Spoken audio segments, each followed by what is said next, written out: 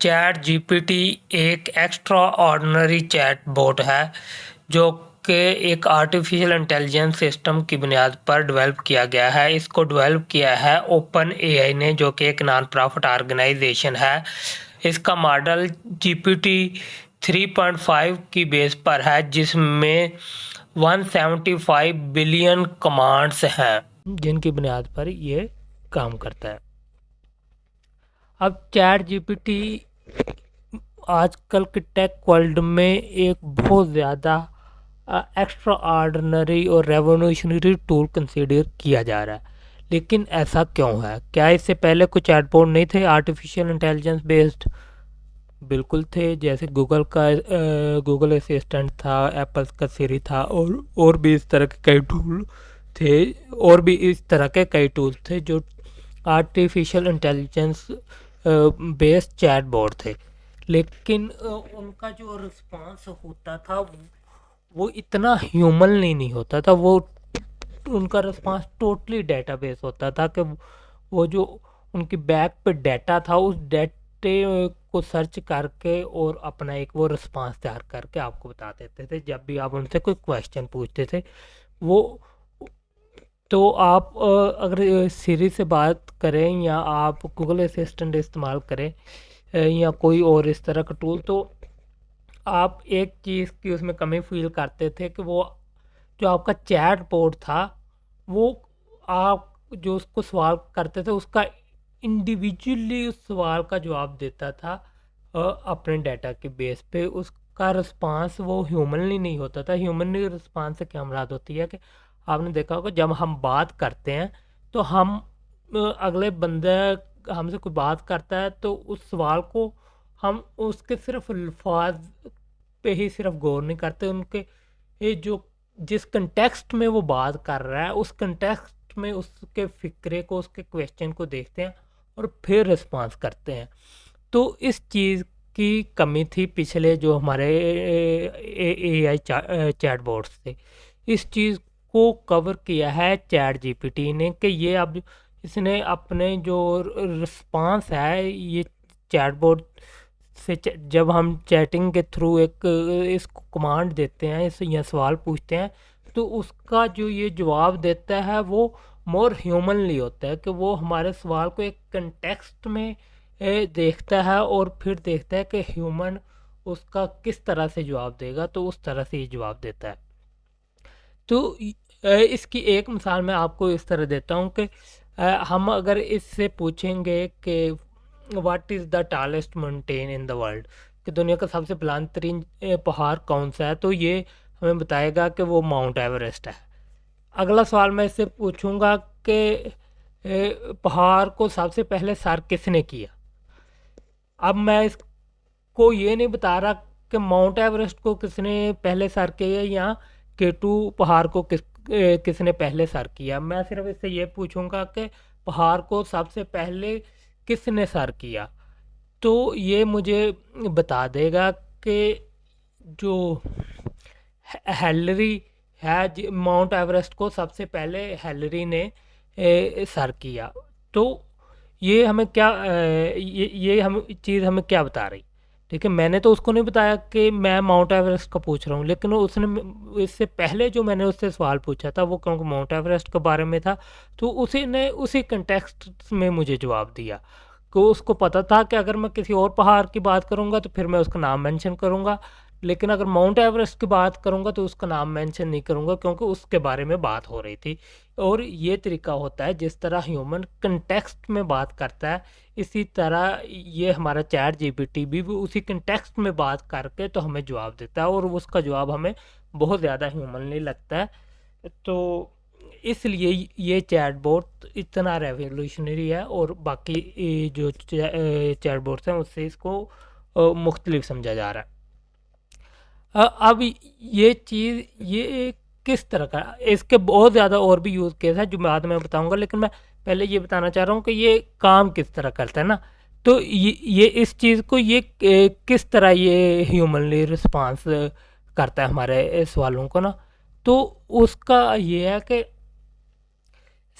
इस सबसे पहले तो ये बाकी चैटबॉट्स की तरह ही अपना जो इसका डाटा है जो और इनकी जो इसका न्यूरो सिस्टम डेवलप किया हुआ है कमांड की सूरत में, ये जो ओपन एआई का GPT 3.5 या GPT 3 जो है उसकी बेस पर इसको बनाया गया है।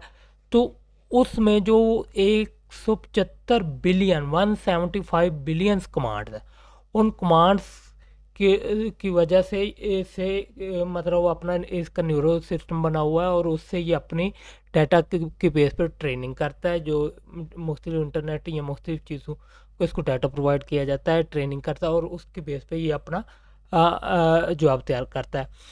इस मॉडल को कहते हैं कि लार्ज लैंग्वेज मॉडल्स LLM।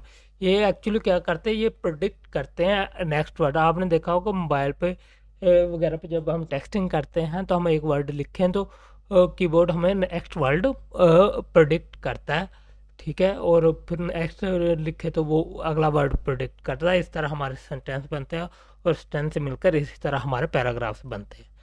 तो ये इस तरह से काम करता है, लेकिन इस तरह से जो रिस्पांस आता है वो most of the time humanly नहीं होता।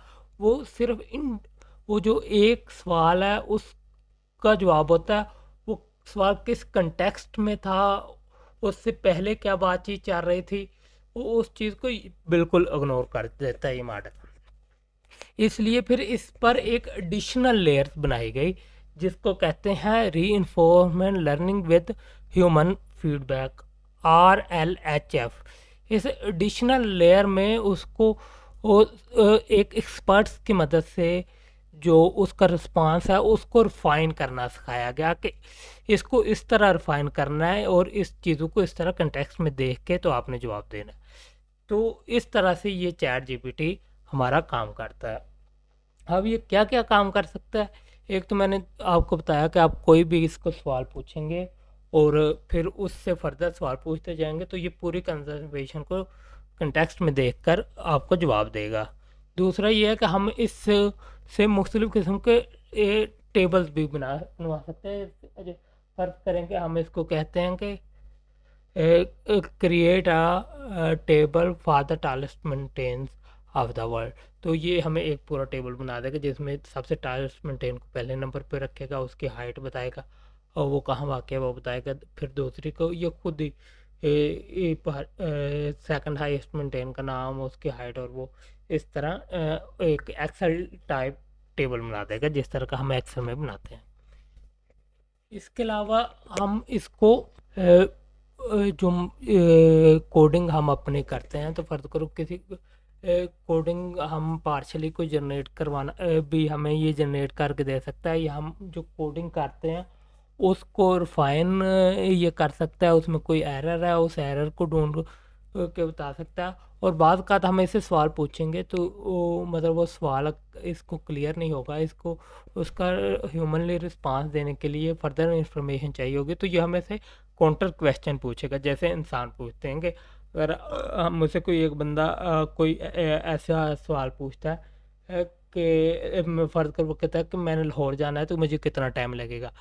तो अब ये मेरे ख्याल में सवाल नामुकम्मल है। मैं उससे पूछूंगा कि आपने किस पे जाना है, मोटरसाइकिल पे जाना है, कार पे जाना है, या आपने प्लेन पे जाना है, ठीक है ना। तो वो उसका जवाब देगा तो उसके मुताबिक फिर उसको मैं एक्यूरेट जवाब दे सकूंगा। तो इसी तरह ये चैट GPT भी आपसे काउंटर क्वेश्चन पूछता है जब कोई आप वो नामुकम्मल सवाल करते हैं। तो फिर उन काउंटर क्वेश्चन से वो आपके एक सवाल को पूरे कंटेक्स्ट में समझता है और फिर आपको एक रिस्पांस देता है जो आपको ऐसे ही लगता है कि जैसे एक दूसरे समझदार इंसान ने आपको जवाब दिया। ओ तो ये मतलब इस तरह हम इससे अपनी जो कोई भी वेबसाइट है उसकी प्राइवेसी पॉलिसी भी लिखवा सकते हैं। इवन के मुख्तलिफ लैंग्वेजेस में पोइम्स लिख सकता है, ट्रांसलेशन हम इससे कर सकते हैं जो कि ज़्यादा एक्यूरेट होगी। और भी इसके अलावा बहुत सारे इसके यूज़ केस हैं जो कि मैं अपनी नेक्स्ट वीडियो में बताऊंगा कि इसको मुख्तलिफ़ किस्म के हम अपने डेली यूज़ में किस तरह इस्तेमाल करके तो हम अपने जो घंटों और दिनों का काम है उसको चंद मिनटों में किस तरह कर सकते हैं, तो वो हम अपने नेक्स्ट वीडियो में देखेंगे। अगर इस वीडियो में आपको ये समझ आई है कि चैट जीपीटी है क्या, ये किस तरह काम करता है, तो हमारी वीडियो को लाइक करें, सब्सक्राइब करें एंड शेयर करें। Thank you.